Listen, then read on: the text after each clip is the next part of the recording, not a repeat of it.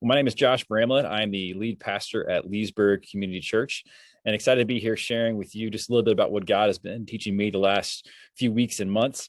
And I've been digging into the Sermon on the Mount, and there's a point of the Sermon on the Mount where Jesus begins to talk about anxiety and worry. And so you and I, as human beings, have the unique ability and the terrifying ability to look into the future and to visualize lots of different outcomes, lots of different realities, lots of different ways that things can go right or wrong. And so that can be a really great thing, or it can be a paralyzing thing that generates lots of worries and lots of anxieties. And in this life, as I'm sure you know, there's plenty of things to be worried about. You can be worried about our health. We can worry about our families, our kids. We can worry about our 401ks. We can worry about things that are happening in the political landscape. Lots of things that can generate worry in the life of a believer.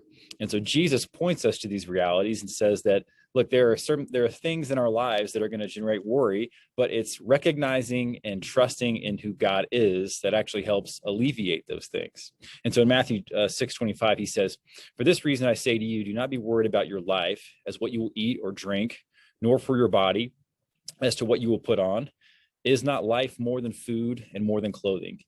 He says, "Look at the birds of the air. They do not sow, nor reap, nor gather into barns, and yet your heavenly Father feeds them. Are you not worth more than they?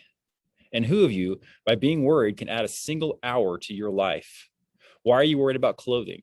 Observe how the lilies of the field grow. They do not toil or spin, yet they do not, even Solomon in all of his glory, clothed himself like one of these.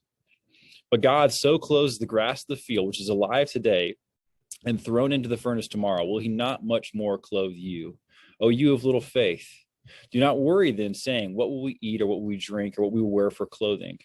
For the Gentiles eagerly seek all of these things, for your heavenly Father knows that you need all of these things.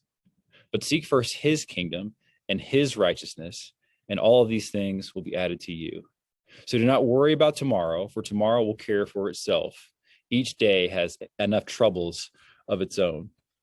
And so we're called to look at the truth of God, the truth of how God cares for creation, and we're called to be reminded that God cares for us. And so as we deal with life and as we deal with life's worries and anxieties, we're pointed to the realities that God is a good Father, he is a powerful God, and he cares for me and you. And so as we engage in life, as we struggle through life, as we deal with worries, let that be what we remember, and that we're reminded and pointed to the goodness of God.